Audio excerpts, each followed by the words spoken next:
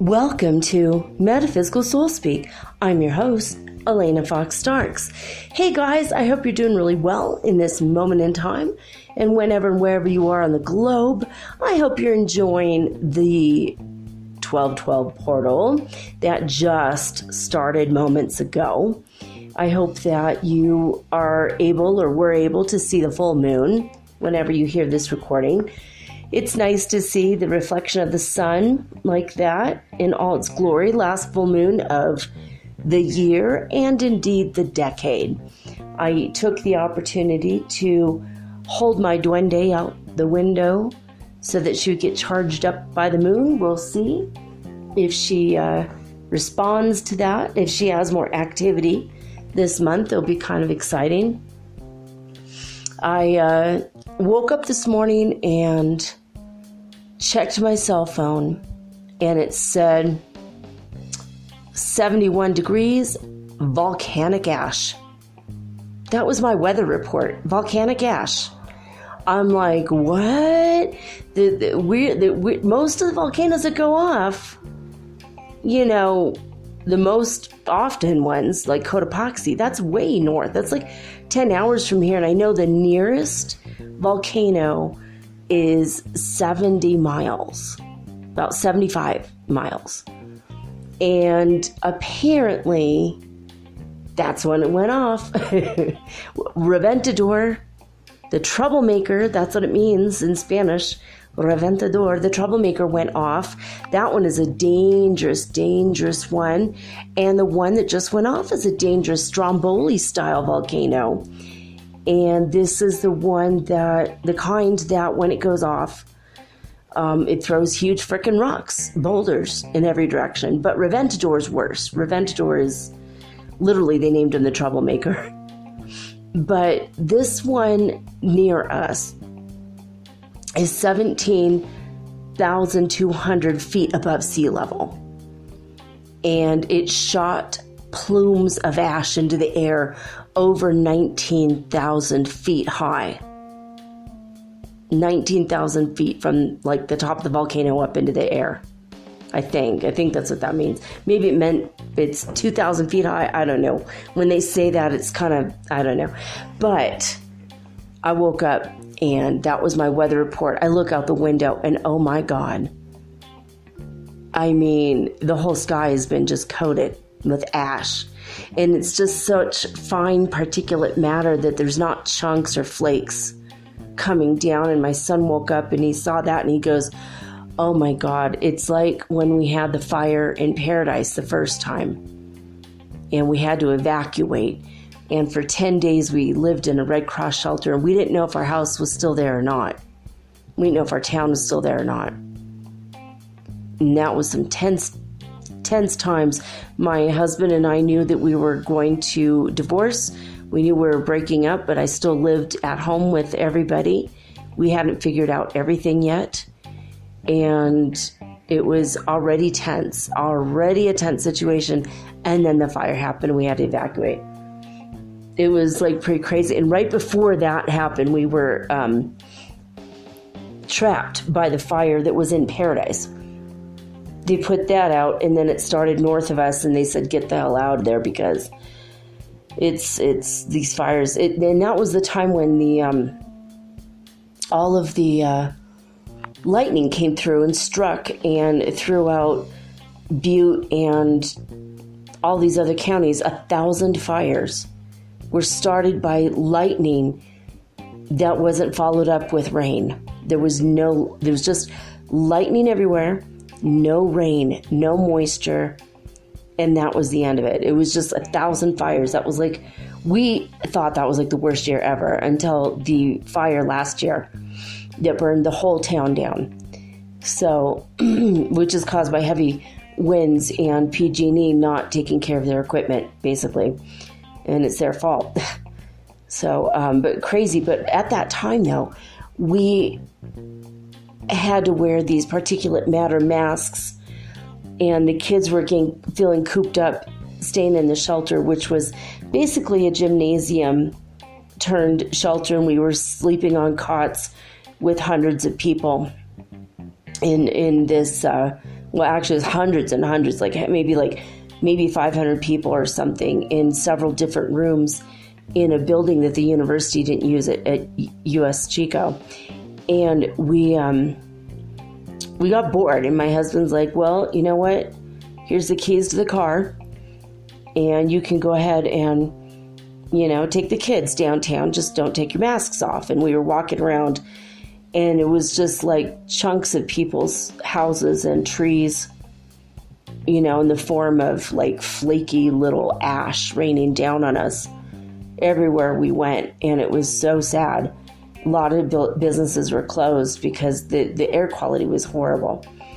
But I took them to a coffee house, and they met some people from the university who taught them how to make those Chinese lanterns out of paper, and you can blow into it and it looks like a balloon or a ball, and you can make that anytime. And so my oldest was like, that is the coolest thing ever, and he started making those. And anytime his brother was bored after that, he'd make that, and then they'd like bat it around, throw it, just tossing a ball around made from paper. And then he taught him how to make a cup.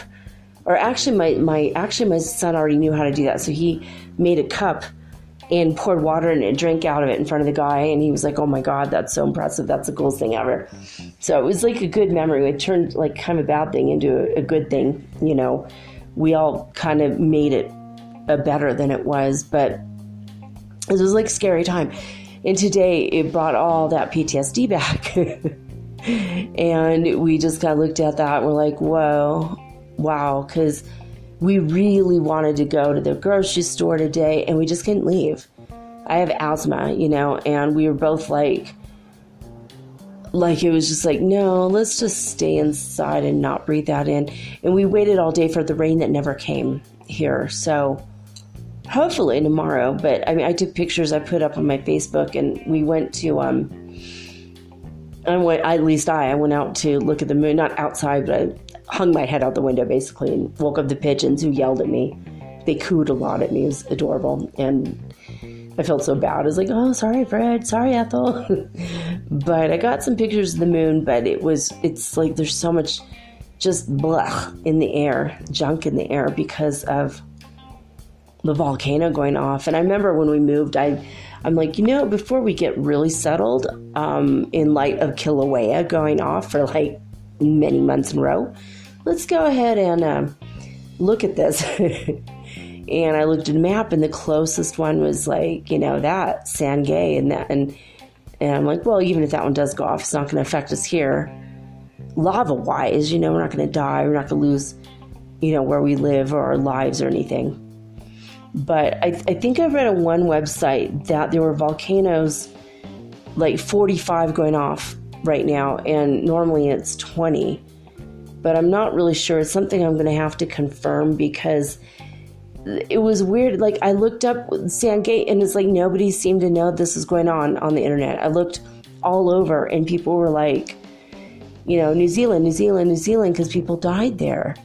But there are volcanoes right now going off all over the world. Really dangerous volcanoes, like, the ones that are like the Stromboli style. In fact, there's a volcano called Stromboli. That's probably where they got all the other ones. Up until today, I thought a Stromboli was a crazy good meatball calzone type sandwich. I can order one here at Fabiano's. So I'm like really blown away by it. I couldn't believe that happened today.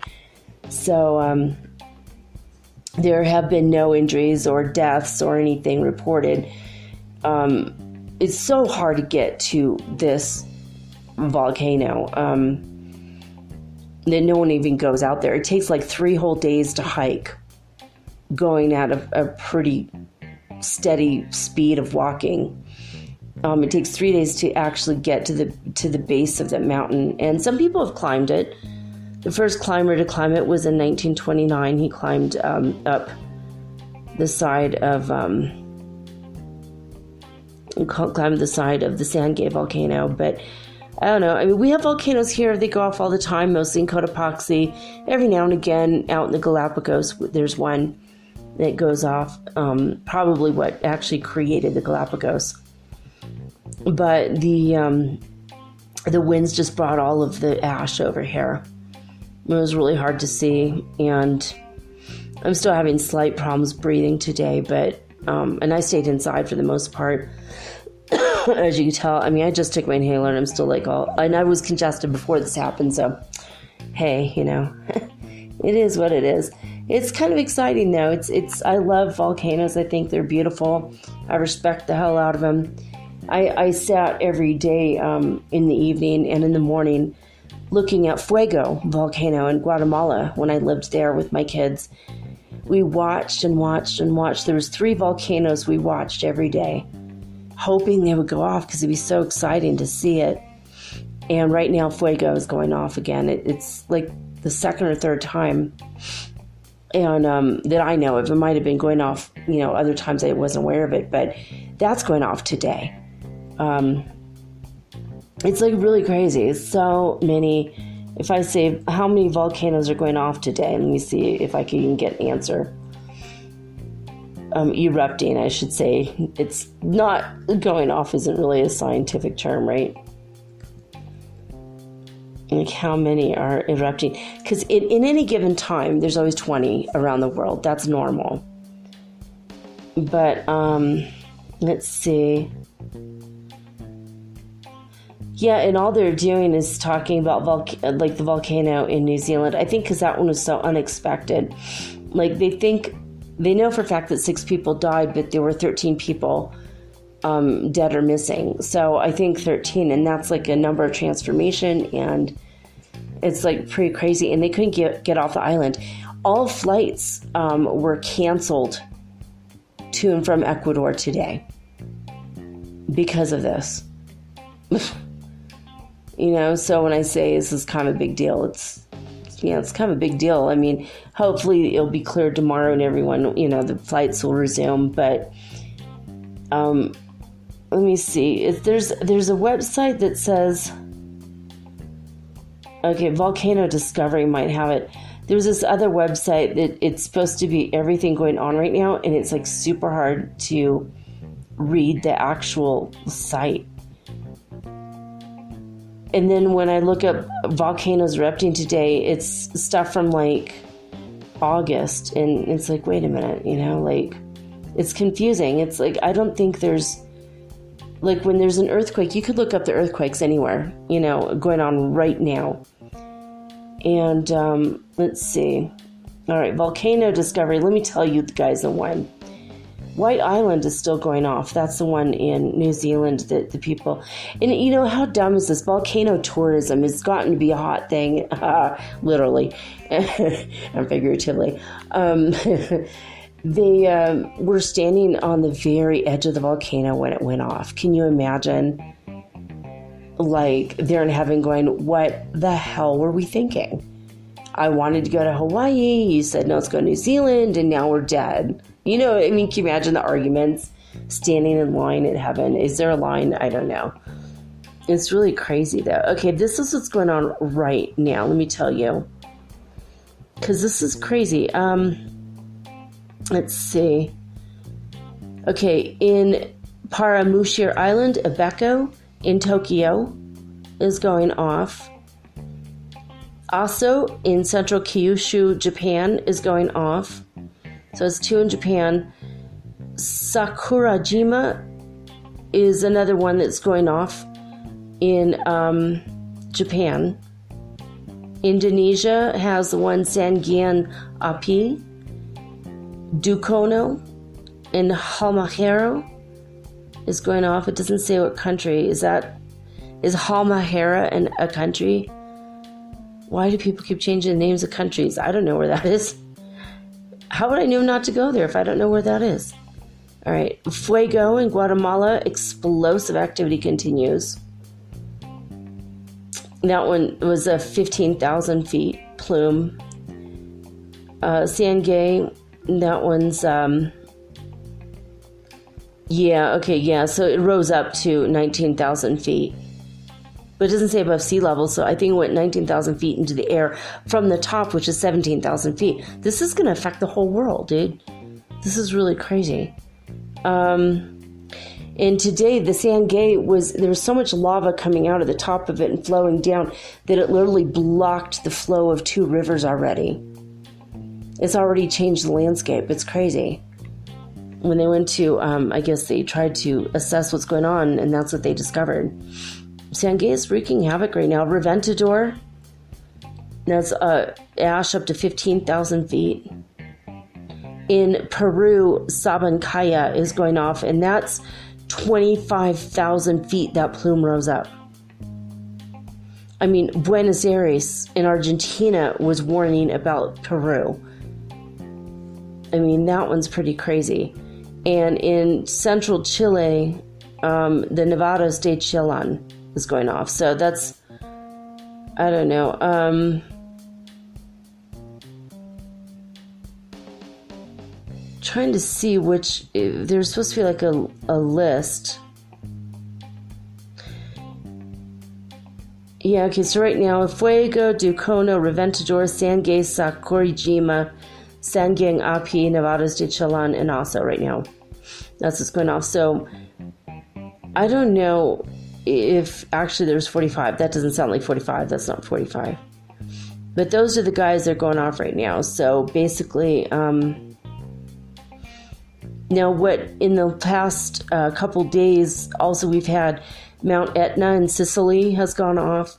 Abaco went off again a few days ago and is still right now continuing. And I don't know, in the previous news, I think it said Stromboli, but that's what's so weird. I mean, you look up news today for volcanoes, and it's like news from 3 years ago.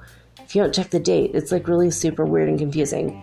Anyway, and by the way, speaking of weird and confusing, I swear to God, it's at 12:12 p.m. I mean, I remember reading it 3 times yesterday in the Forbes magazine article. It said it's going to be at 12:12 p.m. and since it's going to be during the day, go ahead and check the full moon at night, the night before. And if you don't catch it, check the next new moon and the next full moon in January. That's literally what it said. And I'm like, what the hell? And then today, thank you, Jenner, for pointing it out to me. And also, Jude pointed it out to me.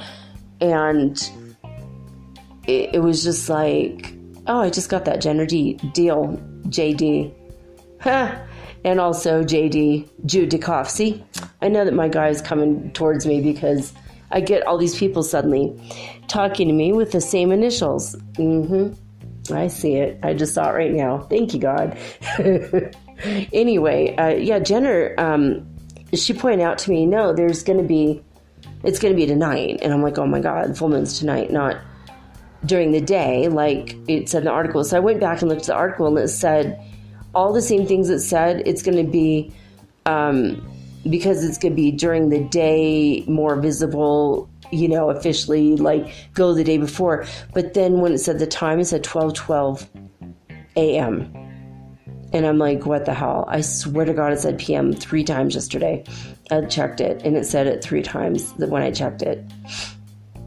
There was something weird that happened. Another weird thing that happened yesterday. I don't think I mentioned it, was my power strip where I plug in my cell phones it's literally kind of like against a wall that no one ever goes near, and only my son and I are the only ones here, and the button was shut off. So I thought that for about 4 hours yesterday, my phones weren't charging, and I'm like, oh my God, we were hit by that plasma cosmic wave. I was told there was going to be some massive problems with electronics potentially, and now my phones aren't working. I started to panic for 4 hours. I'm like, what the hell? Why isn't this stuff charging? And then I had one of my phones charging on a different plug-in for a while, and then I brought it into here, and then after 2 hours it still wasn't charged. I'm like, what is happening right now? And then I checked that thing, and it's just the switch was switched off, but no one's been in here. That was like so strange. I wonder if it wasn't Ariana, but maybe she doesn't like the electricity near her, and so she just shut it off. But I was like, you can't shut that off, honey. I need it. But and now that I've actually recharged her in the moonlight, I'm wondering what's going to happen. Anyway, we are in the 1212 portal now. There's no going back from this point. We are 100% like moving forward. We're in the 5D, 100% anchored in, which means our spirits, our astral bodies, our everything is pulling us up. And physically, we're going to be there 100%. And that process will start in January. Remember, the other day, we heard that was going to take like a 10-day process. So once you start physically ascending, the physical ascension can take up to 10 days. I have no idea what this is going to feel like. It's pretty crazy, right?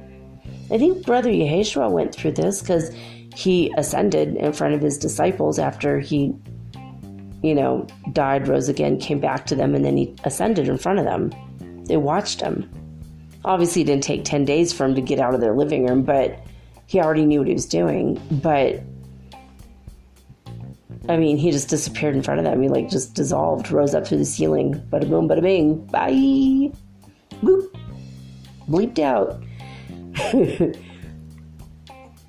I don't know what that's going to be like. I can't even begin to speculate, only with stories I've heard in the Celestine Prophecy series, in the one about Shambhala. Was the first time they mentioned that people are able to do that. In that book series, in Autobiography of a Yogi, talks about that too. I don't know, guys. It's pretty crazy. I don't know. I'm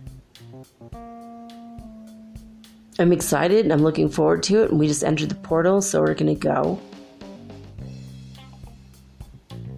My friend Jude was telling me he went out to check out the moon today and tonight, this evening, and there was a lot of light ships and a lot of cloaked ships. The Pleiadians, the other day I was asleep and I started to wake up, and you know how you're in that twilight stage and you could kind of sometimes see the future a little bit, you get a little bit of a glimpse. Well, that happened to me, but I was on the ship. I guess I had astral projected, and so I was still kind of aware that my soul was somehow still there. My astral body maybe was still there on Michael Sherhan's ship, and I saw him gathered around a table with other people, and his ship is there's a lot of blue, and the table kind of looks like an acrylic plastic, but obviously I don't think it's plastic, but it might have been glass. It was kind of a thick glass table, and I saw all of these panels and screens, and they were like maps and stuff, and readouts of things that are going on, because he's in a command center on a ship. And he had his back turned to me, and they were looking at a map on the table that was coming up like a screen, and it was kind of see-through. And he was saying, so here in Florida is where we're going to show our light ships today, and we'll just keep doing that. And they were strategizing where on the earth they were going to show their light ships. And Jude saw some today. I'm like, that is really freaking cool.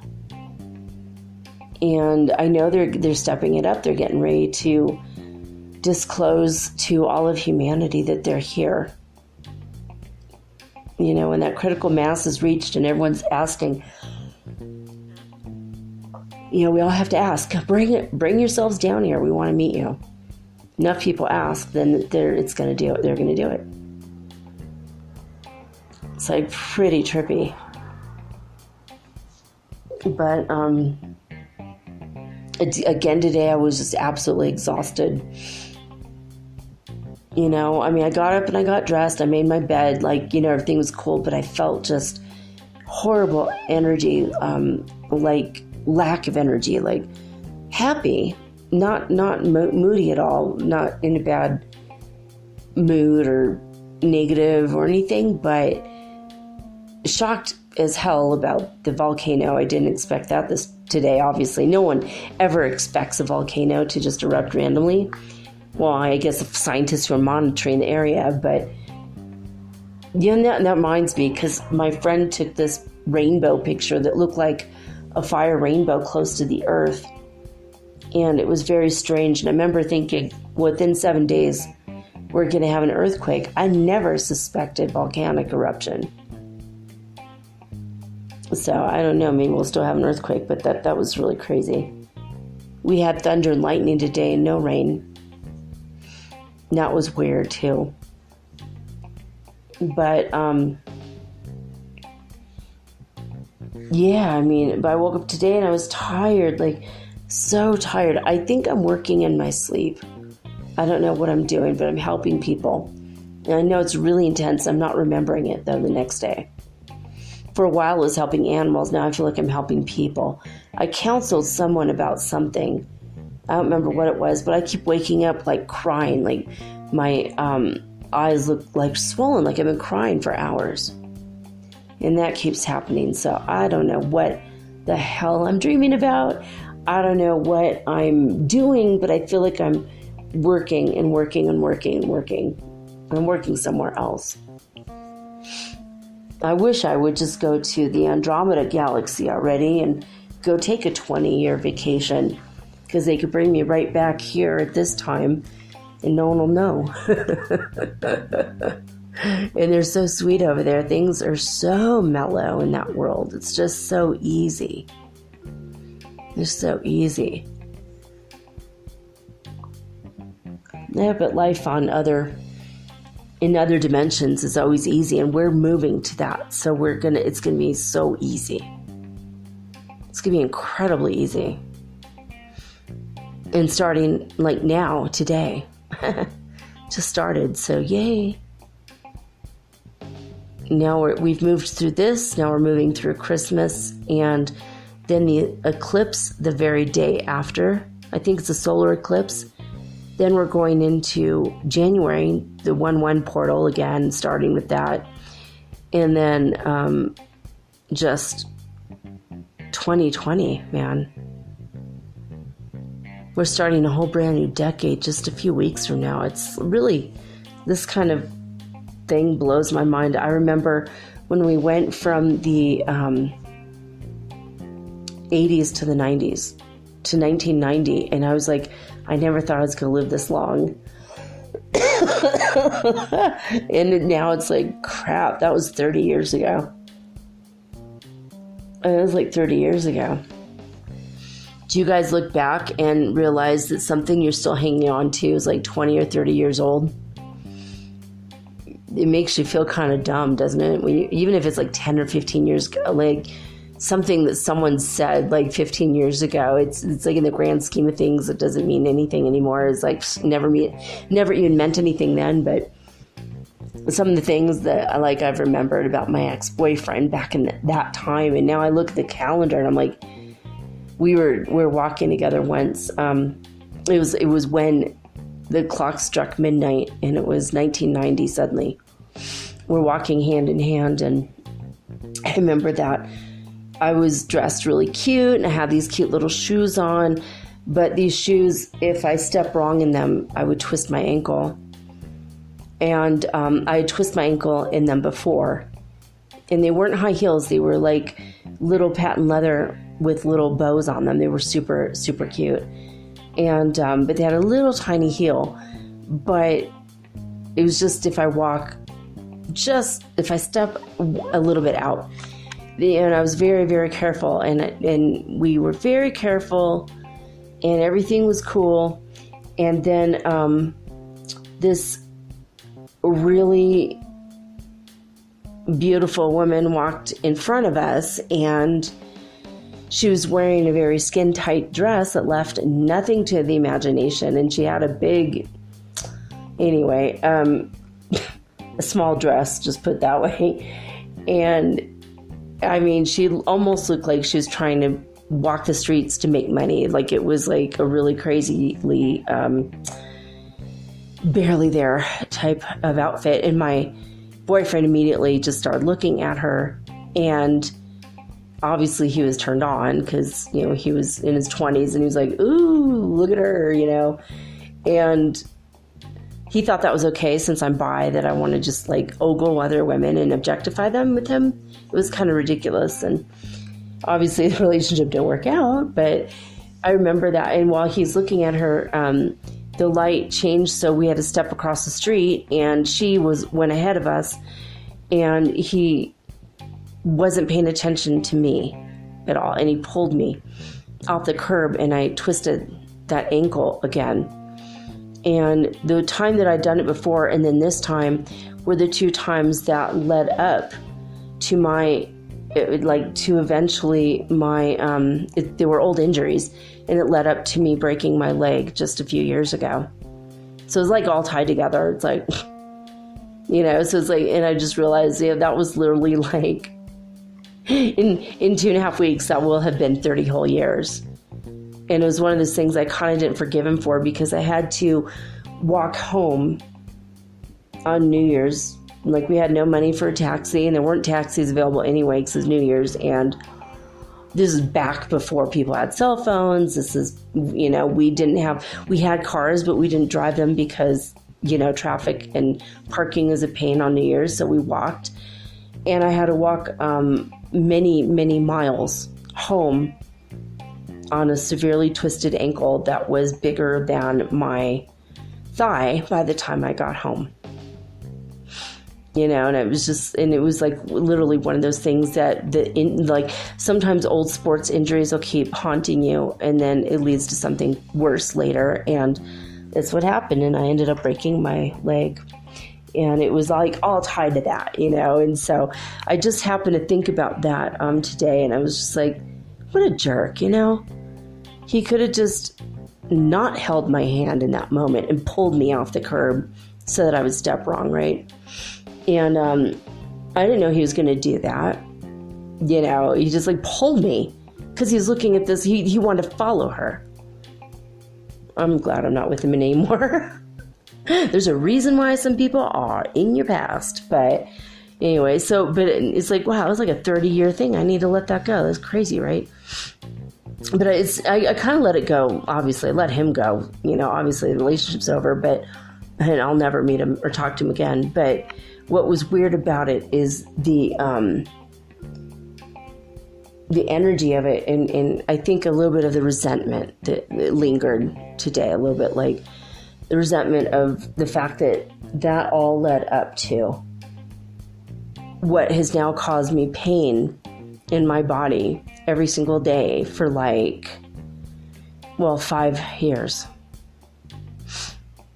You know, so like, because when I got the metal rods in my leg, they tweaked one side a little bit more than they should have. Like, they banged the metal into my bone a little bit more. And so I am permanently, not that you could look at it and see, but I know I'm permanently disfigured. And because of that, I have a hard time walking. So I kind of look, I walk like an OG, man. I'm a G walking down the street. That's what I look like. And people do tend to move to the other side of the street sometimes, you know, especially if I'm in a bad mood, or if I'm like putting that mental image in people's minds that they need to get away from me. If I'm in a bad neighborhood, like I did this in Lima all the time. Here, not so much. Here I say hi to everybody. Everyone's cool here.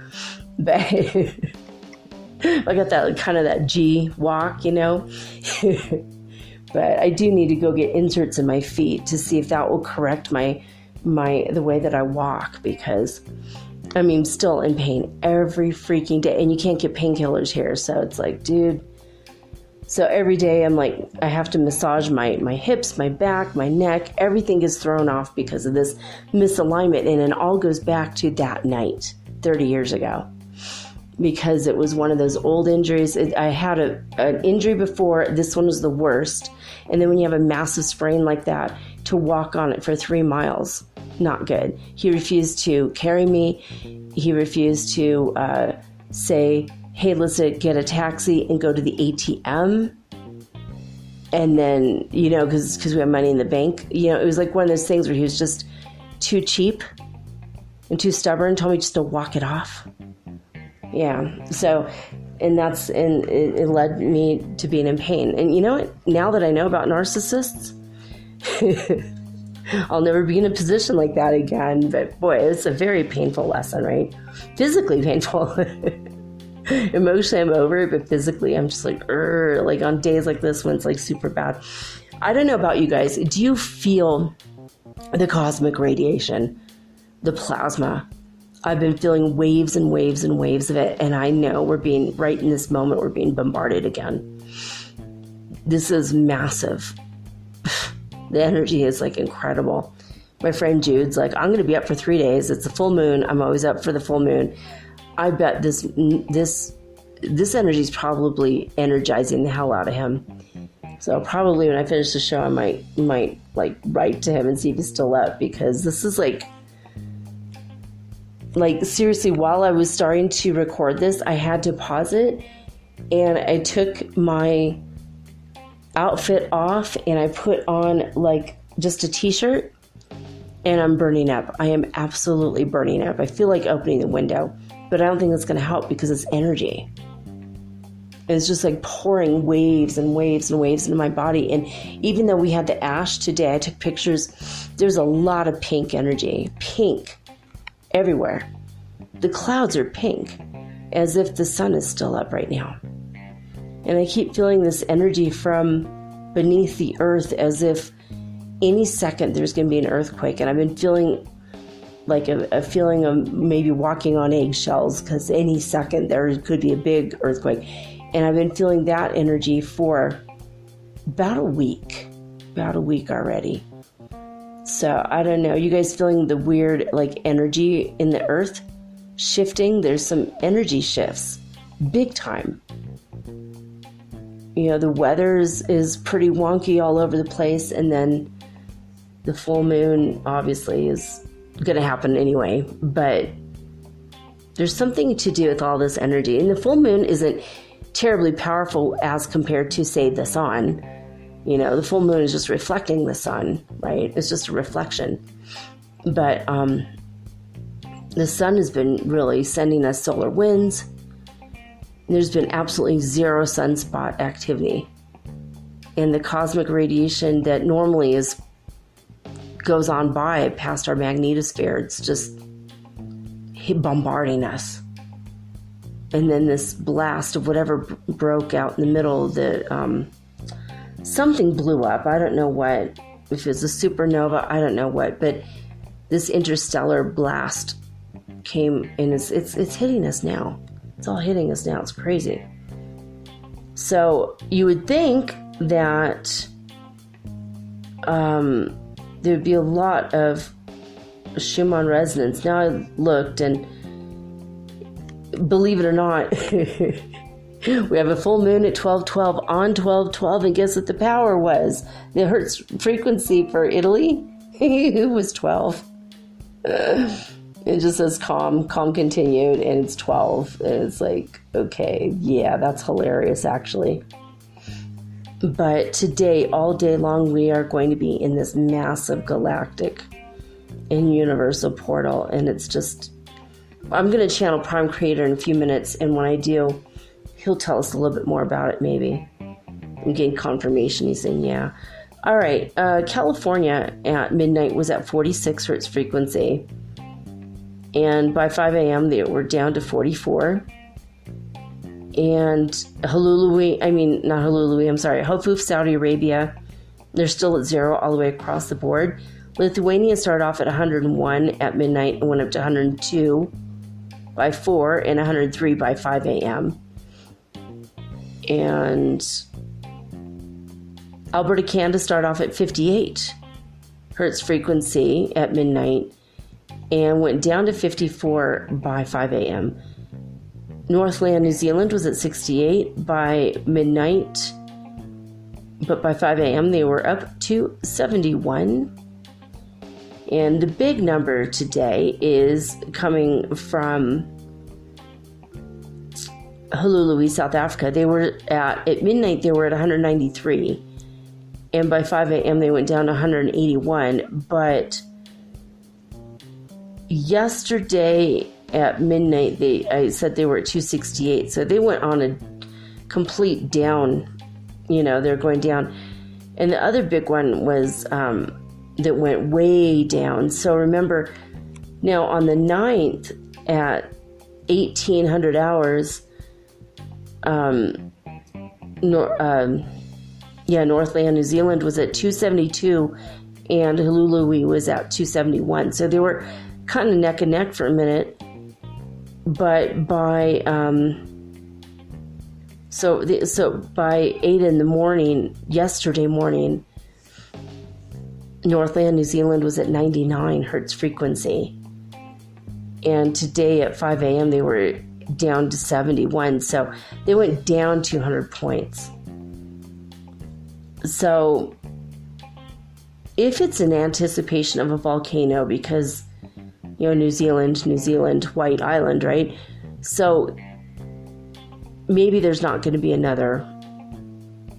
It's just continuously going off, and it's not going to be a massive tragedy again. Like that, at least maybe that's over.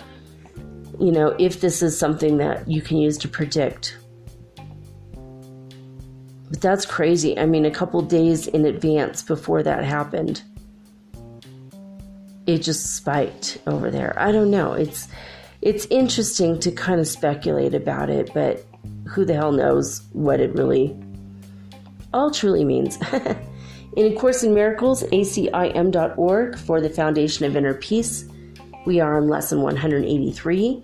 The main thought for today is, I call upon God's name and on my own. I call upon God's name and on my own. God's name is holy, but no holier than yours. To call upon his name is but to call upon your own. A father gives his son his name and thus identifies the son with him. His brothers share his name, and thus they are united in a bond to which they turn to for their identity. Your father's name reminds you of who you are, even within a world that does not know, even though you have not remembered it.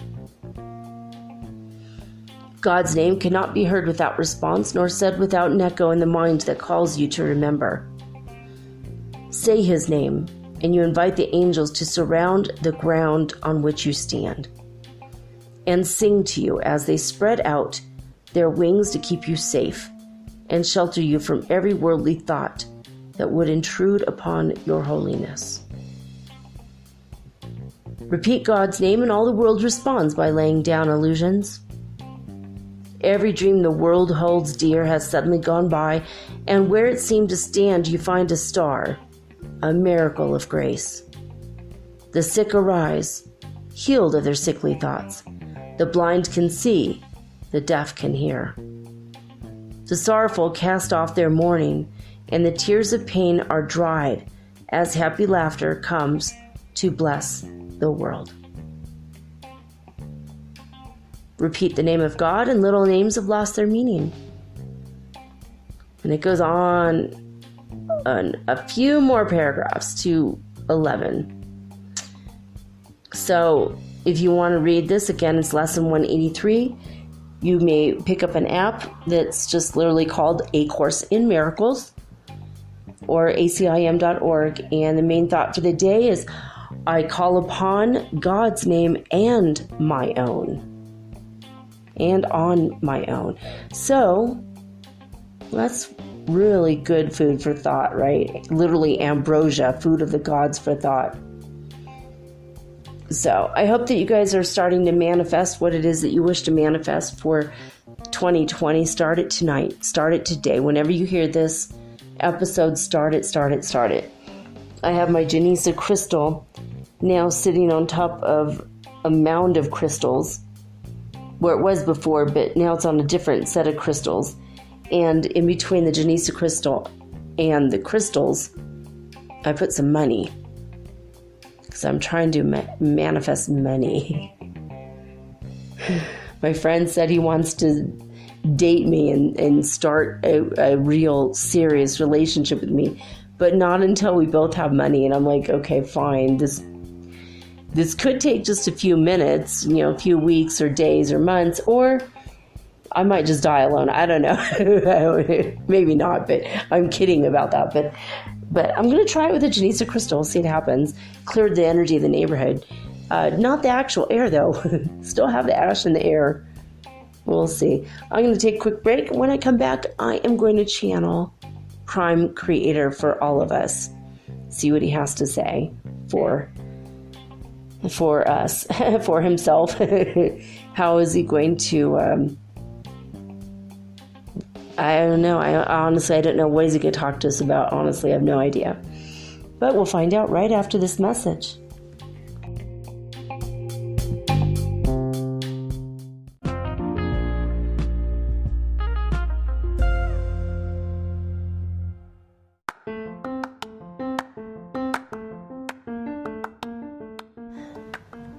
If you haven't heard about Anchor, it's high time you did. It is the absolute easiest way to make a podcast. First of all, it's absolutely free. Second of all, they have creation tools that allow you to record and edit your podcast right from your phone or your computer. You guys have known that I've been doing this for 8 months using the Anchor.fm app right on my cell phone, and I have done it everywhere, right? I have recorded this in my living room, my bedroom, little cafes in Quito, Ecuador, all over Cuenca. It's so absolutely easy to make your podcast, and editing is just a snap.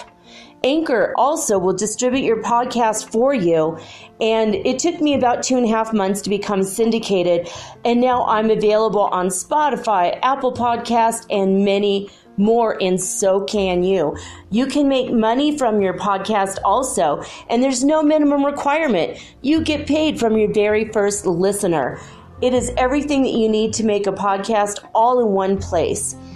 So please, if you are interested in making a podcast of your very own, do not hesitate to start with Anchor. Download the free Anchor app or go to anchor.fm to get started today.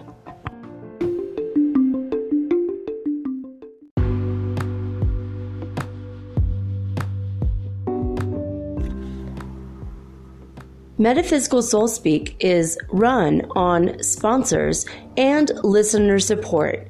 This means listeners like you. If you are so inclined to support my efforts and my little podcast, please visit me at anchor.fm/metaphysical and pledge an amount of your choosing today. Thank you.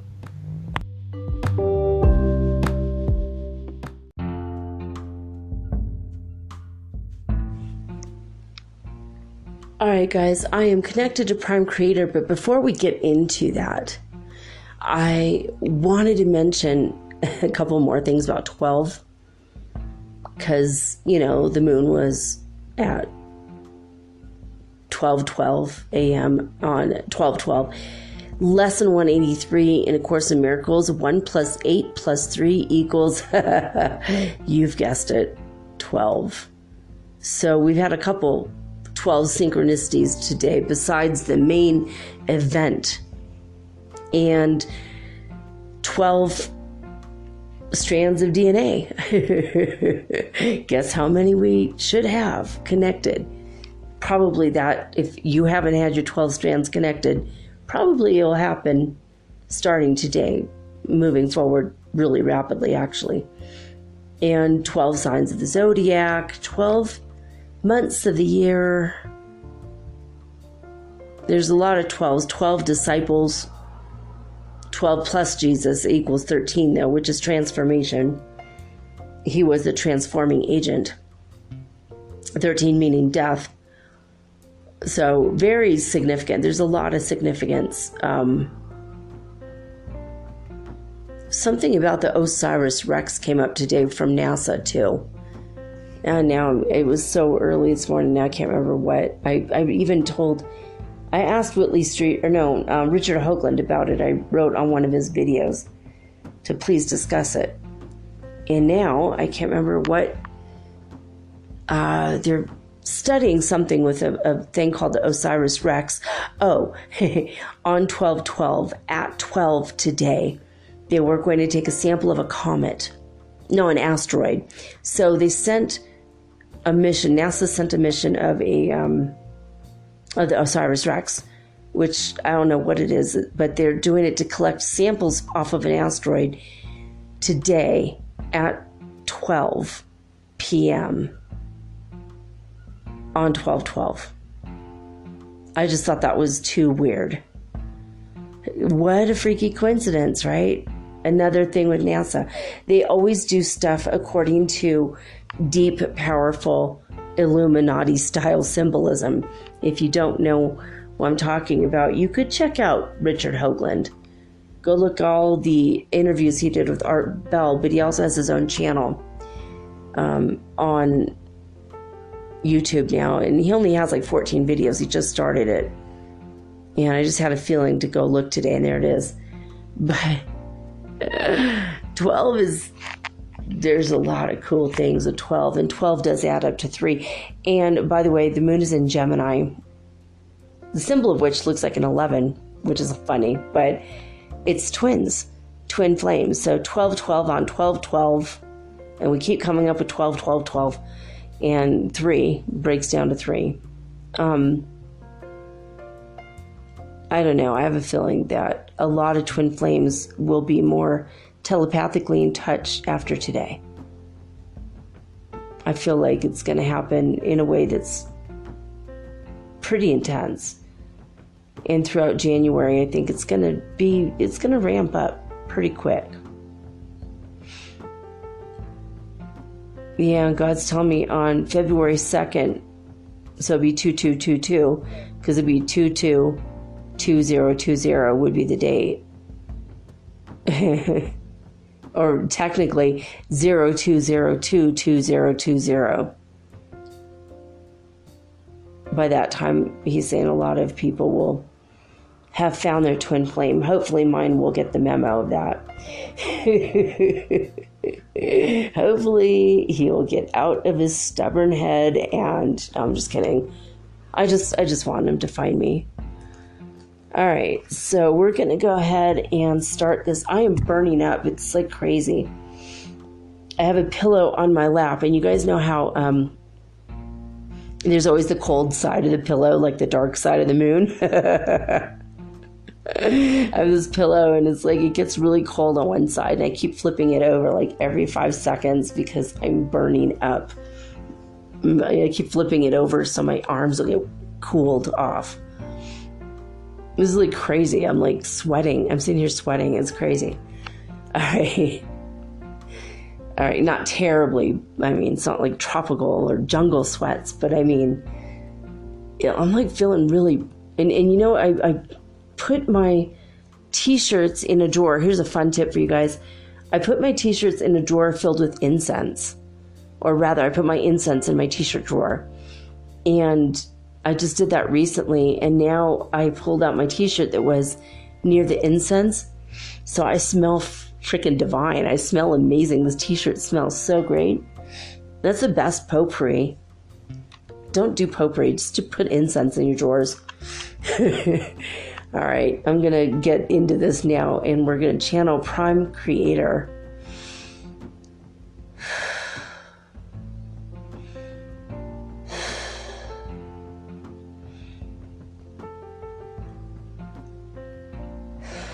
All right, I had a yawn in that one. Okay, I am an indirect channel, so I telepath, and God and I are 100% connected, and we have been since 2007, he's saying. Yeah, it is. That's what I was thinking too, 2007. So we are always connected 100% of the time. trying to figure out a way. I'm going to set this down so I don't have to hold it up the whole time. But I don't want to set it on a blanket because then it might muffle the sound or whatever. So here we go. I'm going to put on a pillow.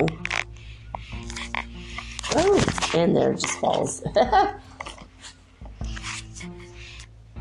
All right. Hopefully you guys can still hear me. Okay. So I already said the Kiyashan, touched my forehead 3 times. I also said Plua Rasa and Linkura Sha Tadaba. Those help me to link me with my purpose and my higher self. And I'm also doing the mudra that Michael Sherahan told us, where you put your hands over your belly button and your palms are face up and your thumbs are on the outside of your index finger towards the end of your finger, and your other 3 fingers are together and extended, and you put your right hand on top of your left if you're female, and your left on top of your right if you're male. And for some reason I had my hand in the male position, so changing that up now. Okay. I don't know, I'm gender fluid. What do you want from me? Anyway, so I'm doing this because this puts you in a position of knowing your true identity, and you let go of your false ego self crap, basically. If you feel like you're not if you feel like you're worthless or not worthwhile, it gets rid of that. If you feel like you're better than everyone else, it gets rid of that. It's like, no matter what way you have a self-identity crisis, it gets rid of it. I don't really have either one right now, but it just felt right to do this for a moment. All right, now I'm stopping. So when you hold your hands in certain mudra or certain positions, it can bring about change energetically. And then that filters on down to the physical. Oh my God, I am literally, I'm burning up. I'm feeling warm. The energy is pouring in through my head and out through the bottoms of my feet, through my feet chakras. My feet feel really hot. So at least I know I don't have a fever. When your feet are hot, that's not a fever. You have a fever and your feet are cold. All right, God. All right, am I connected to you? Muscle testing says yes. You may begin transmission, God. Thank you for coming on to the show, obviously. He says, greetings and hello, and I love you all. And to be honest and to be fair, I usually am always a part of the show, since we are always and forever inextricably linked. We are always linked and connected consciously. So therefore, it's almost impossible for us to not have a show together, but this is a more formal version of a show together, I suppose. So here we go. Yes, this day today is a gateway portal. This is a time that you should feel the need to feast and celebrate, because you have made it. If you've made it to this particular day and time, you have made it to the portal already. Don't expect a massive portal to open up in the sky and swallow you whole, or you're on the way to the bathroom going down the hallway tonight. You're not going to walk through an actual portal. Don't expect something physical to appear in your room, like a swirling blue and white energy that will suck you into it. A lot of people think that when they think portal. In this way, we mean a shift in thought, a shift in dimension, a shift in the general energy. In fact, I want you to take a moment right now and just breathe it in for a moment. Check out how the energy around you has shifted just in the past few hours. the general energy of melancholia and malaise that had surrounded Earth for several days to help you see more of your shadow self and shadow side has now been replaced with a pink and loving energy. Okay, oh, and you know what, guys? He's telling me now, he wants me to tell you guys, the word Sangay, a lot of people were falsely saying that the Sangay volcano that went off today here in Ecuador, that the name Sangay was Quechua, and that means oh goodness, I just looked it up. It meant something really horrible, like troublemaker or something, or terrible. I don't it means something like terrible energy. But the people who named that mountain the Shuar tribe, they had their own language and their own culture. They had nothing to do, before the Canyaris arrived. They weren't really in a Quechua way. Before the Incans came, they were here. And the Incans brought with them the Quechua, which you will hear when you come through South America. Quechua is the first language that was pretty much widespread in South America. But in the Shuar language, Sangay means the giver. And I wanted to tell you guys because the energy of this volcano, when it went off and all the particulate matter, I felt so grateful for the gift that the ash was raining down, because it's giving life to all the plants. And even though right now it could choke us with so much smog, and it's so smoggy, and with all the ash and particulate matter in the air, it makes it hard to see.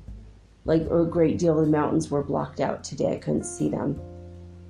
And all I could think of was, I'm so grateful that this volcano gave this opportunity to us. And I feel like an energy exploded along with this volcano.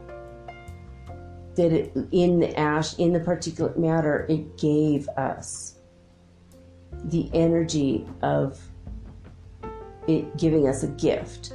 And the energy was giving us this beauty and this joy. And even though it brought up some PTSD issues, at the same time, I was feeling this love.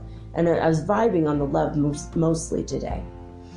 The love of it. Like, it gave to, because it sits on the edge of the Amazon also. So it gave to the Amazon. So all of the minerals in the ash will go where they need to be. They'll go into the ground. The rain will come and it'll seep into the plants, strengthening them and making them healthier. And I felt the generous love of giving, the energy of giving, which is so in alignment with December and Hanukkah and Christmas and all the holidays that happen at this time of year, is the energy and the joy of giving. The volcano was so happy to erupt today to give us all its ashes to grow all of the plants. And now in the past, crops were wiped out that were right next to the volcano. And it doesn't work right away, but in time, and the people there knew it. So they named this Sangay, which means the giver. And Sangay means different things in different languages. But when you go to the original language, that's what it means. So Reventador still means troublemaker, and it was named in Spanish. But God wanted me to tell you guys that part, that the energy of giving is still coming out of the planet.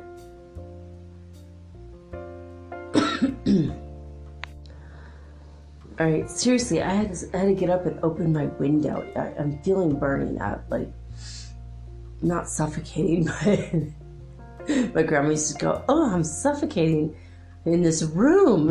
And she would open the windows. It was like ridiculous. My grandpa would go in and go, "It's so cold, shut the window." Now I'm just up. She was obviously had air magic. When you have air magic, you feel like you have to have a lot of air around you. I have that too, but I'm not as much as my grandma in that way. But all right, I have the ice cold pillow on my lap, and I'm feeling a little bit better with a nice cool breeze. Very cold breeze, like 50 degrees something breeze. But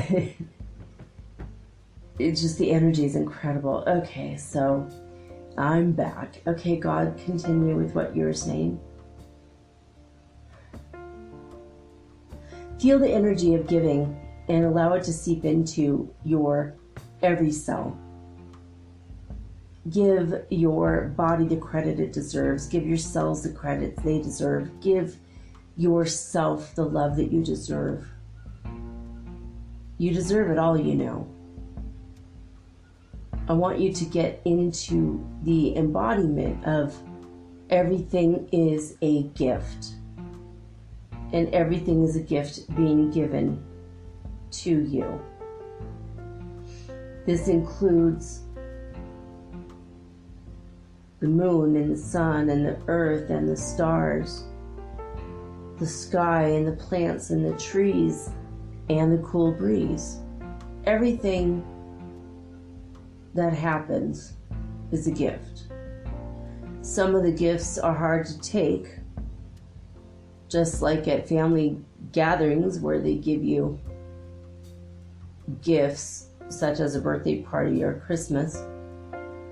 And some of the gifts you get, you just don't like that much, and you still have to pretend to be grateful, and you're grateful for the thought, but then your petty ego gets in the way and you get mad at them. Do they not know me? Have they never seen me? Why are they buying me jewelry when I've never worn any? It's petty, but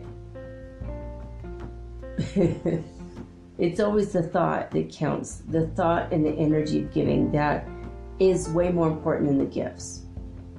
But the gifts that you're being given on a daily basis since the day you took your first breath, your firstborn here,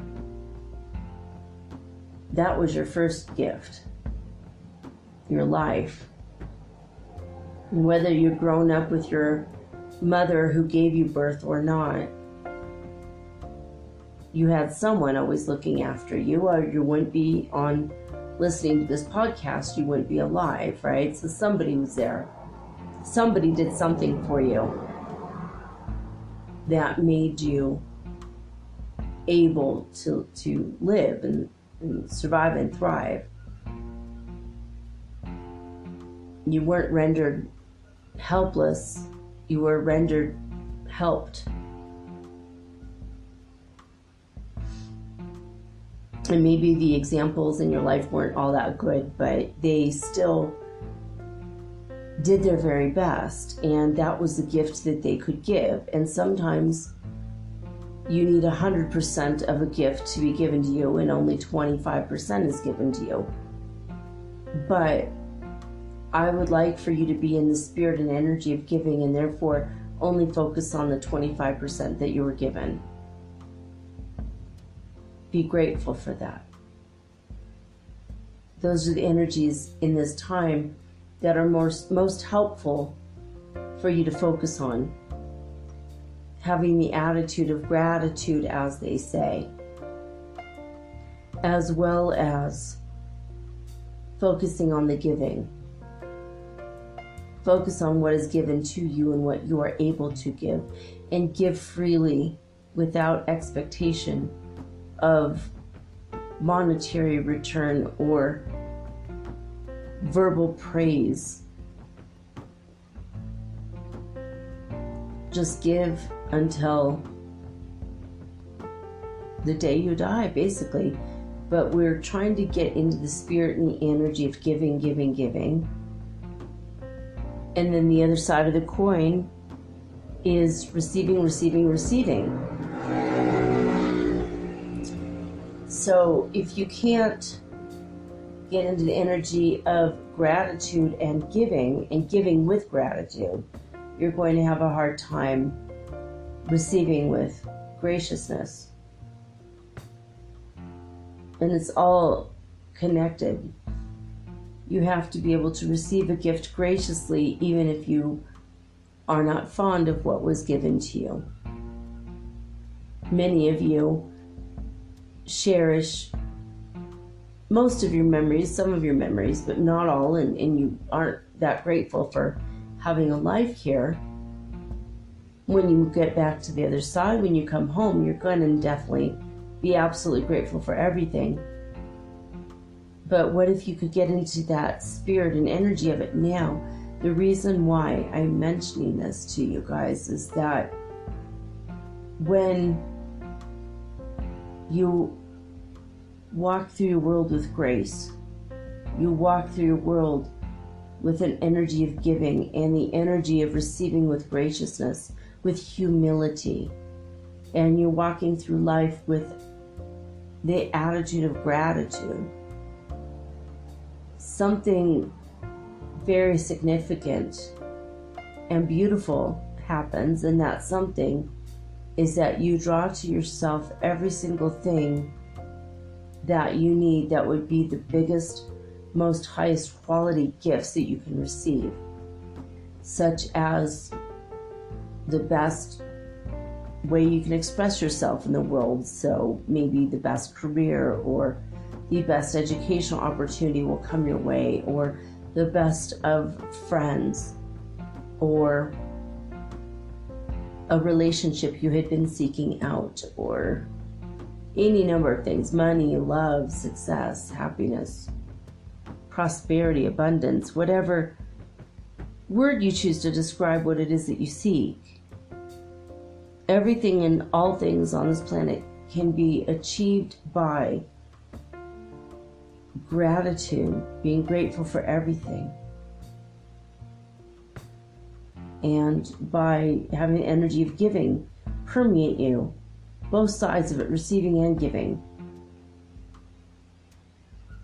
humility and grace. When you have all of these things, all these components lined up, and you ask without expectation for the things that you want, you can anticipate but not expect. So if you had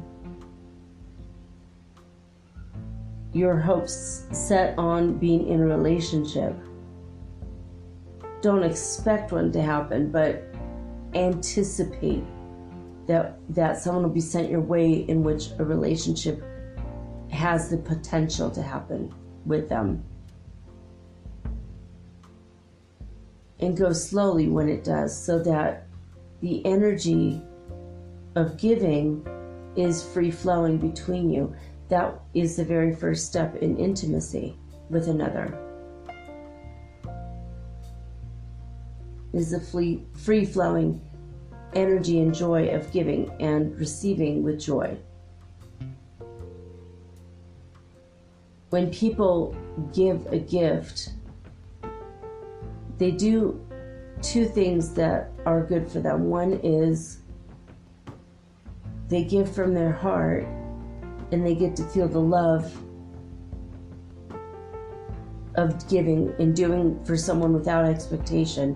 And then when they hand it to the person and they expect them to open it in front of them, they also have the anticipatory feeling of love and gratitude the other person will feel. And they get to immediately see the results of their generosity and their energy of giving. And they get to feel the receiving from the other person. And then there's a reciprocal love, a thank you, which is more gratitude. And there's a beauty and a joy that happens in this delightful giving dance. And if you allow it, all of it, all the components and all the parts of it, into your heart with an attitude of humility and grace, you're going to start to see and feel the profound levels of deep spirituality in these very simple acts. if you become aware of all the components of the energy of the giving,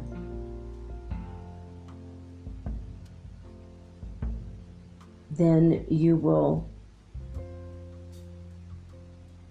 become humbled. And the more you become humbled, the more you become open to information. And the more you are open to information, the more the knowledge will pour through you. And the more wisdom you will receive from having the knowledge. And the more emotional understanding will come as you implement these attitudes and these energies into your life. And when you're consciously allowing it, and you're being conscious of the energy flow between you and other people, when you're actively participating and consciously aware of what you're doing with the other person, you know, when someone hands you a gift, the components of that are they thought of you, they anticipated the day, they planned this out in advance, they prepared the gift with love by wrapping it. In most cases, people wrap gifts. They put you in their foremost thoughts, at least for a few moments to a few hours. They put thought into it. They put love into it. They put the anticipation of happiness that you would feel into it. And all of these components are subsets of the energy of giving. And when you give freely without expectation of return, without expectation of return of another gift back to you, without expectation of emotions flowing in your direction, when you are able to give freely of your heart,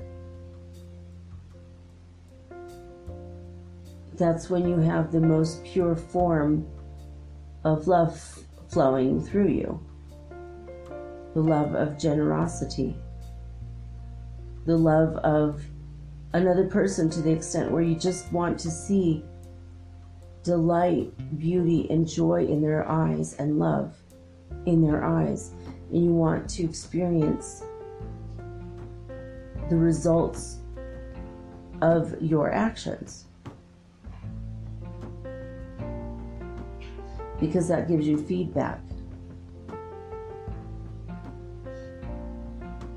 So if a gift is not given in a way that's free and open and flowing, and there's a hardness in your heart, you give a gift because you want them to say, I love you, and then you can snare them in your trap where they now agree to be in a relationship with you, and you can manipulate them, for example. That will backfire, and the energy of giving will become the complete opposite energy, where in the future you will lose everything. Not to say that everyone who's lost everything, it's not because of that, but what we're saying, or what Divine Mother and I are trying to get across, is that when you give with a closed heart, you're going to lose that person. And you're going to lose your time and maybe your money. And when you give with an open and beautiful, loving heart of gratitude and graciousness, and you give with respect, you pick something that's a real thoughtful gift for the person. They like to cook. You buy them something that will help them cook the dishes that they love to cook. So if you are receiving a gift and it's not perfect for you, and you have to receive with humility and be grateful for the thoughts behind the gift, and gently ask, why did you buy this for me. Okay, now God's telling me to give you guys 2 examples from my own life. All right. My friend Jacqueline gave me a set of earrings that were really beautiful, but not at all my style. And I wasn't sure why she gave them to me, because I had only been wearing studs or hoops, and these were dangly earrings, and I don't like dangly earrings because I always think there's a bug crawling on my neck, right? But she didn't know that about me, and we spent almost every single day together. The days we weren't together, we're on the phone for hours every day. I mean, every day for years, right? And she bought me these earrings, and they were pretty, and I really liked them, but I was confused by it. So I asked, I go, this is going to sound weird, and I was very sweet to her, and I go, I like these earrings, but I've never worn dangly earrings in front of you, and I just don't. I don't wear them, and I want to know why. What was your thought process when you thought I would like these? And she said, because they're very unique. They're a little bit old-fashioned. They're definitely antiques, and they have a connection to the past and to history, and you love antiques. You told me you loved antiques. And I'm like, that's such a good answer. And now I understand where you were at when you thought. So you put a lot of thought into these earrings. And she said, I did. And I've never thought about that you don't wear dangly earrings. I just thought they would be very beautiful on you. And plus they were a pretty color that would match your hair. And I was blown away by that. I was like, thank you so much. It made me cry. And I was like, you are such a sweet person. And I wore those earrings a lot. Not a lot, but I mean, for the most part, I did. I wore them. And I would wear my hair down, and it feel like my hair was against my neck, so the dangly part of the earrings didn't bug me then. And they looked really good on me, and it made me very happy that she put, and they were marcasite. They were actually expensive earrings, and they were very beautiful. And so that was one example. Was there another one? Okay. So, all right, let's get back to what God has to say. So sometimes the opportunity to give a gift or receive a gift and then ask gentle questions about the gift can bring a greater degree of intimacy between two people. It can bring you to a higher level of understanding of the other person. And if you can understand their explanation without judgment, even if you don't like the gift, and you understand it. Another example is when a child gives a piece of art to a parent, and the piece of art is crudely made and made with such tiny hands that don't have coordination, and maybe the colors are not as beautiful as an accomplished artist would make, but the parent breaks down with such gratitude, and they weep openly, and they say thank you, because they see the little fingerprints of the tiny hands that made it, and they see the love beaming through the eyes of the child that's giving the gift. And the parent allows the love to land. The parent allows that in without any judgment of the piece of art itself from the child. That is a gentle and beautiful example of how everyone should attempt to receive a gift. It's not what the gift looks like.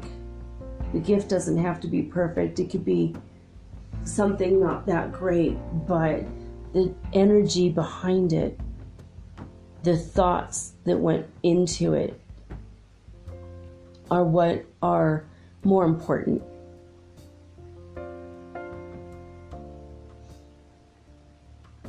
Okay, really, you want me to tell that story? Okay, and God's telling me now.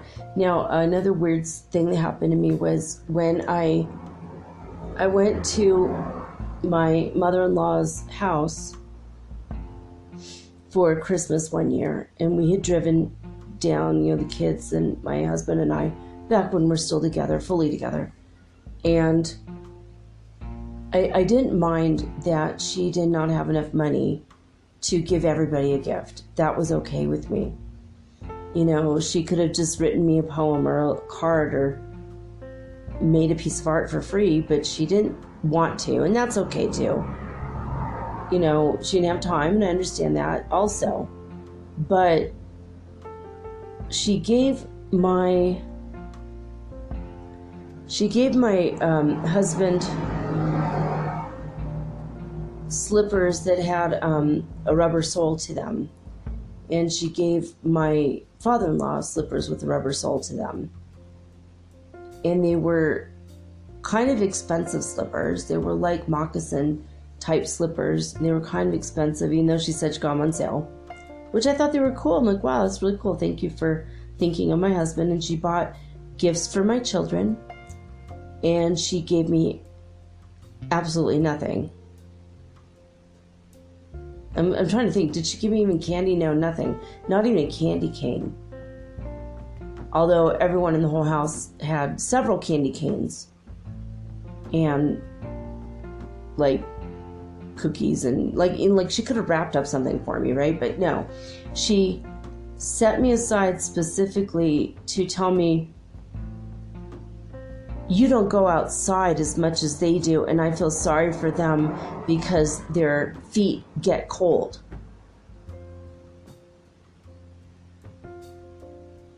So I bought them those slippers that were for outdoors, so I didn't buy you any because you never go outside. I mean, keep in mind, this is a woman who had spent all of 4 days in my household in 12 years. So she didn't know if I go outside or if I don't go outside. She didn't know anything about me. And it was just such a petty and stingy attitude and energy to it. And I was like, okay. And I was a little hurt, but then considering the source that she didn't like me anyway, and there's always like that weird, I don't know, she acted very sweet and innocent, like she loved me, and then would talk bad about me behind my back. I found out like every night she made it a ritual to talk crap about me, even though she literally only spent 4 days with me in 12 years, in my home. And then in her home, maybe there was like another additional 10 days. So she knew me for like a total of like 2 weeks out of 12 years directly. For me, it was just like, okay, that was weird. Can't wait to get the hell out of your house now. We still had another day or two to wait. It was very, very odd. It was a very odd moment. And I just was like, okay, that's funny that she felt guilty, or she wanted to punish me further by A, not giving me anything, and B, making sure she pointed it out with a speech that she had prepared as an excuse to give me zero, right? To give me nothing. And it was very, very weird. The energy of that was so weird. So what do you want to talk to us about that, God? The energy of the giving of the gifts for the other two people, the spirit and energy in which she gave that was to make the gifts so great as to make Elena jealous of the gifts, which Elena was. It had the desired effect. But it took away from the energy of her giving to the other people, because there was a pettiness and a stinginess and a stinkiness to the way that she gave the gift. She gave none of them out of love, 2 of them out of obligation, and used it as an opportunity to shame the person she refused to give a gift to. She could have taken the money and bought equal gifts for everybody, maybe of a lesser. She could have gone to a store where cheaper things were given, or there's hundreds of other gifts she could have given. She could have given Christmas ornaments or any number of things that were not petty, not stingy. But she took the opportunity and she wasted it, the opportunity of giving in a way that she was going to receive back from the joy of giving. And she herself received many Christmas gifts that year from many people. And she received those with a petty and stingy attitude that permeated even her own gift receiving. And it ruined her whole holiday and spoiled her for the next year. She had a resentment energy running through the full year and into the next year. So at this time, we wish to bring these problematic issues up, and we want to remind you that the spirit of giving, there's so many profound layers and levels to the energy of giving and of receiving and of understanding. And when you have a missed opportunity in this level, it gives you a missed opportunity at understanding what it means to be a human in the world you're in.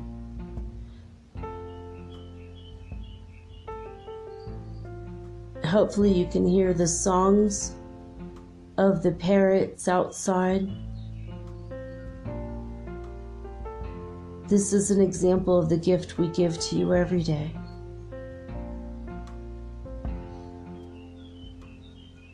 And whether it's a song of a parrot or a robin or a screech of a blue jay or the knocking sound of a woodpecker or the cooing of a pigeon in the inner city, these are energies and gifts that we give you every day.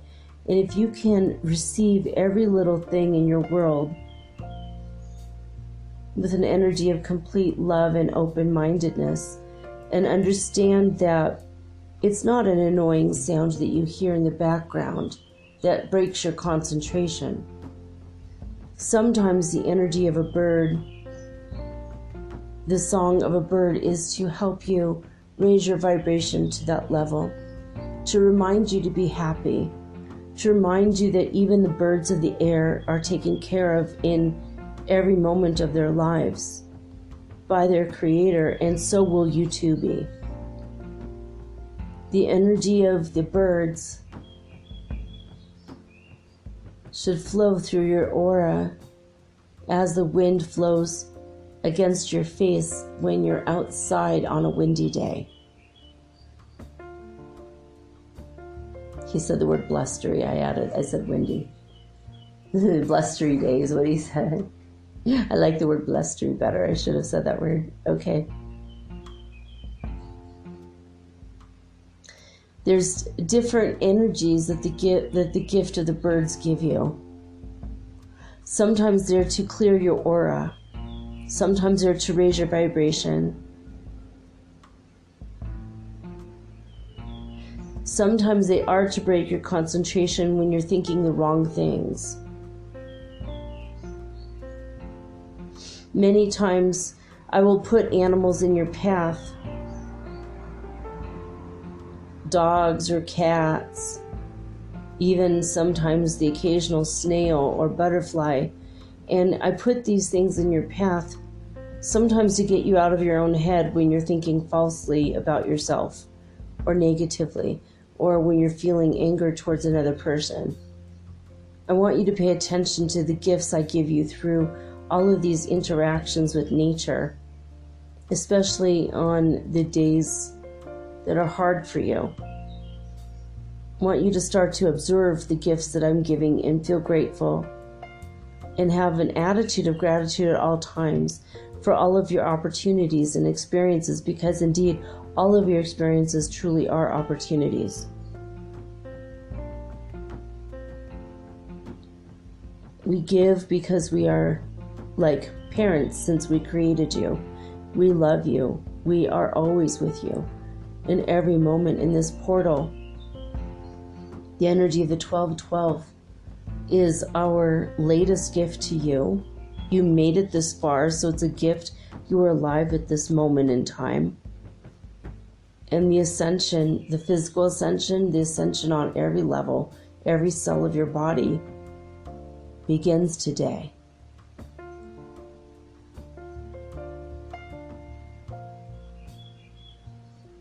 The energy of ascension has already begun.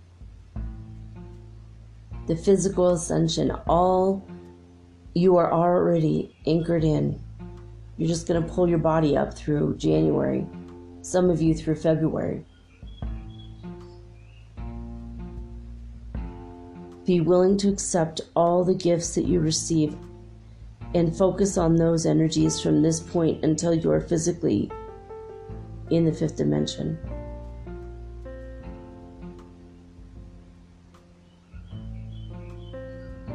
You are your own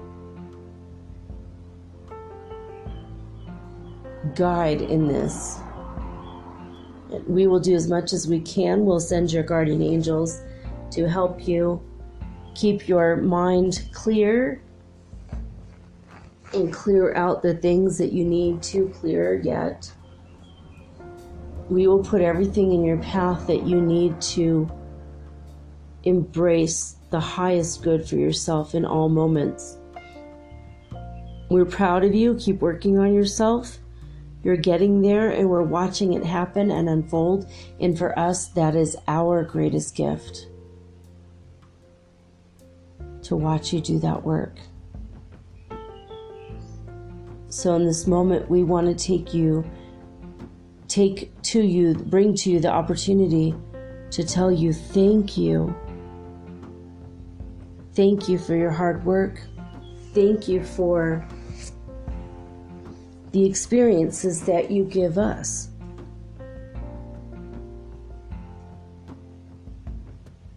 We are always here. Your guides and angels are always here.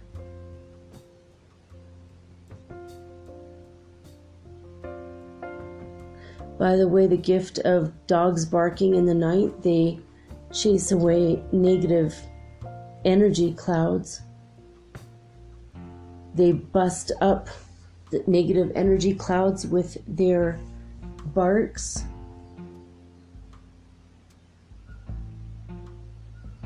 They break up the energy, they break up the negativity. That's what dog barks do.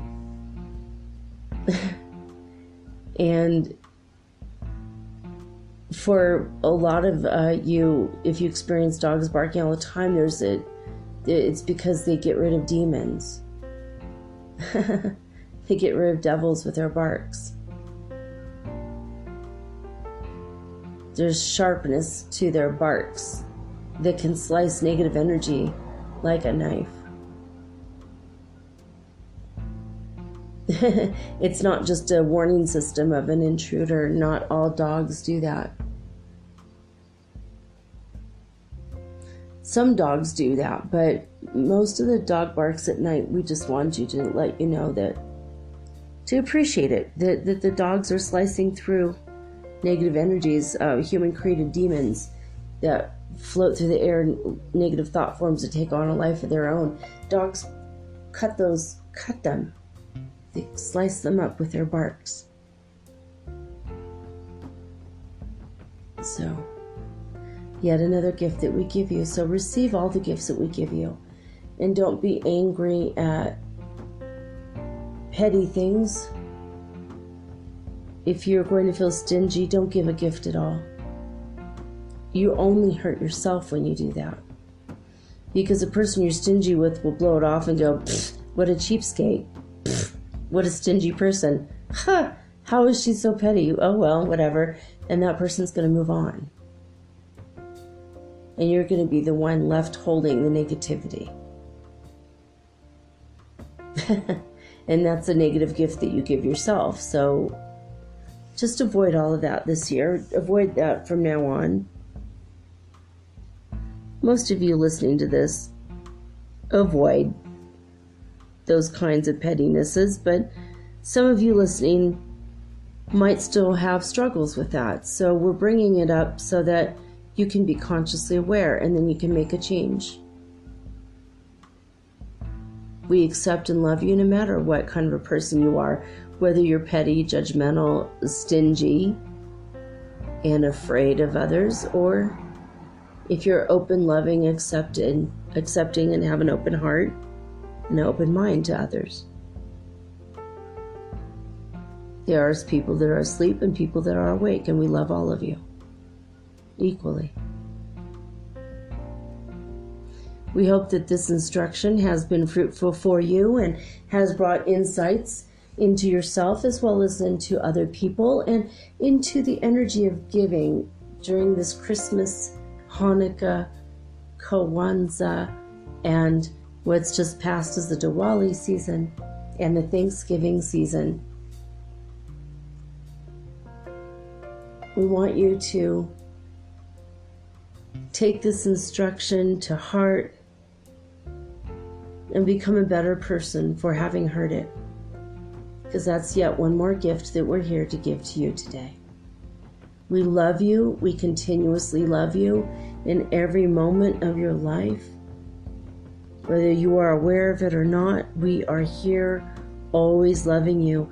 Ask us anything, anytime. Tell us anything, anytime.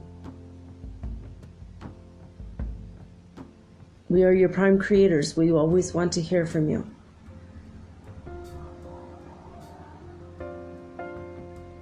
Keep giving until you feel our love permeating your every cell in your body.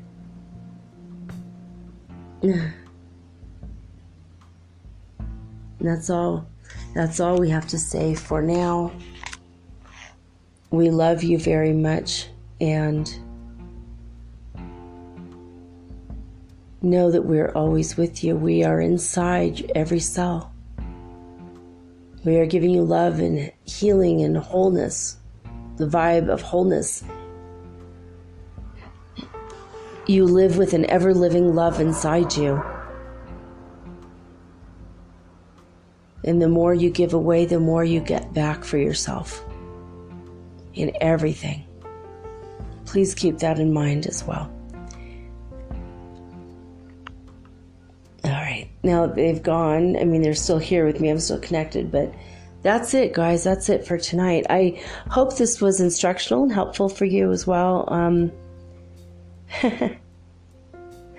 It's kind of embarrassing that God wanted me to share the stinginess story with you, but it is a good illustrative example. It was one of my not finer moments. I felt like, why did I drive 12 hours to see this person who just wanted to be petty and stingy and pull me aside to embarrass me in front of the rest of the family? I mean, like, one of her daughters was like, oh, well, you should have had a gift. Everyone had a gift but me. Everyone was sitting around the circle opening their gifts. And I sat there without anything. And she made it a point to, you're going to miss a gift opening. You're going to miss a gift opening. You got to come and see. You got to come and see. And she was so gleeful about knowing the fact that everyone would have a gift in the room but me. I mean, it was like a whole setup. I mean, to the point where no one else was in on it. And she was in on her own joke and no one else was. And then my sister-in-law was like looking around the house. Oh, maybe it's under here. Maybe it's under there. Oh, maybe it's over. Oh, maybe there's a gift in the other room. I'm going to go look in the closet again. I mean, it was like a big frickin' production. They probably don't even remember this happened, but I kind of had forgotten, to be honest, until God brought that up. I'm like, oh, yeah, it's another thing I need to work on, right? But I'm over it. I just consider the source of it, and it's like, okay, whatever. Things are giving me the gift of pettiness this year. Yay. Wow. But you know what? It was a gift because it became a parable. From pettiness to parable. See, every moment in time and everything that we've gone through becomes a gift. It becomes a story, sometimes a hilarious story, sometimes a sad story, sometimes a very profound story, and an insightful story. So, see, in the end, she really did give me a gift, did she not? And God helped me see that just now, and helped you guys see through my strange story that everything is a gift. Sometimes you have to dig a little bit deeper under the surface to see how much of a gift, though, and what kind of a gift. Sweaters can be returned, but pettiness, boy, that becomes a parable. That's a gift that keeps on giving. No, I'm just kidding. Anyway, I love every one of you, and I do my show for you because that's my gift. That's my gift to you, my gift to the world. So hopefully you're getting a lot out of it, and I'm going to keep on keeping on. I'll be back tomorrow with all unique and original programming, just like every night. If you wish to give me a gift of a story about Santa Claus, about a miracle surrounding the holidays, let me know. Send it in to metaphysicalsoulspeak@gmail.com. But that's it for now, guys. I love you guys. Thank you so much for being on this ascension journey with me, on the spiritual journey, and for having gone through the 1212 at 1212 portal, gateway portal tonight. It just gets better and better every day in every way. So here we go. Are you ready? Like Art Bell used to say, wanna take a ride?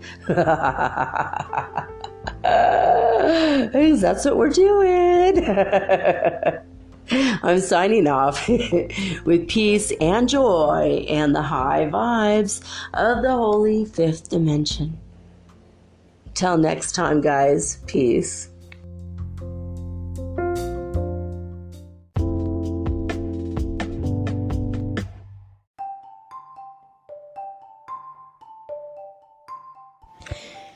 Do you ever wish you could look into the next chapter in your book of life and see what's coming next?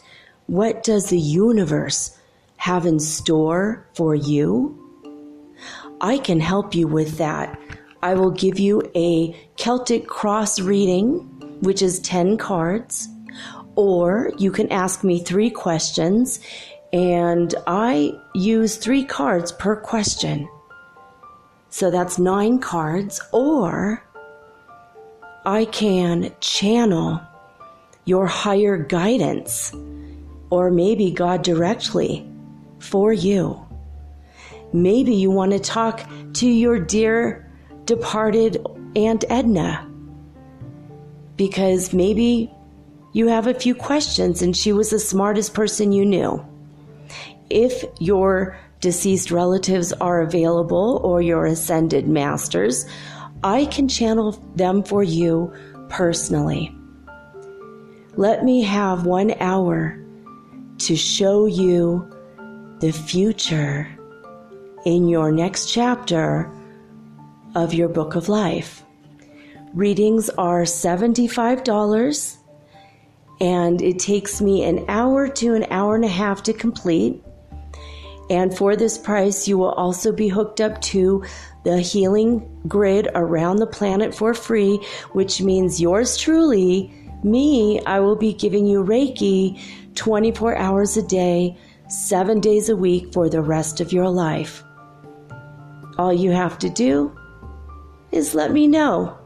metaphysicalsoulspeak@gmail.com, and we will explore your future together.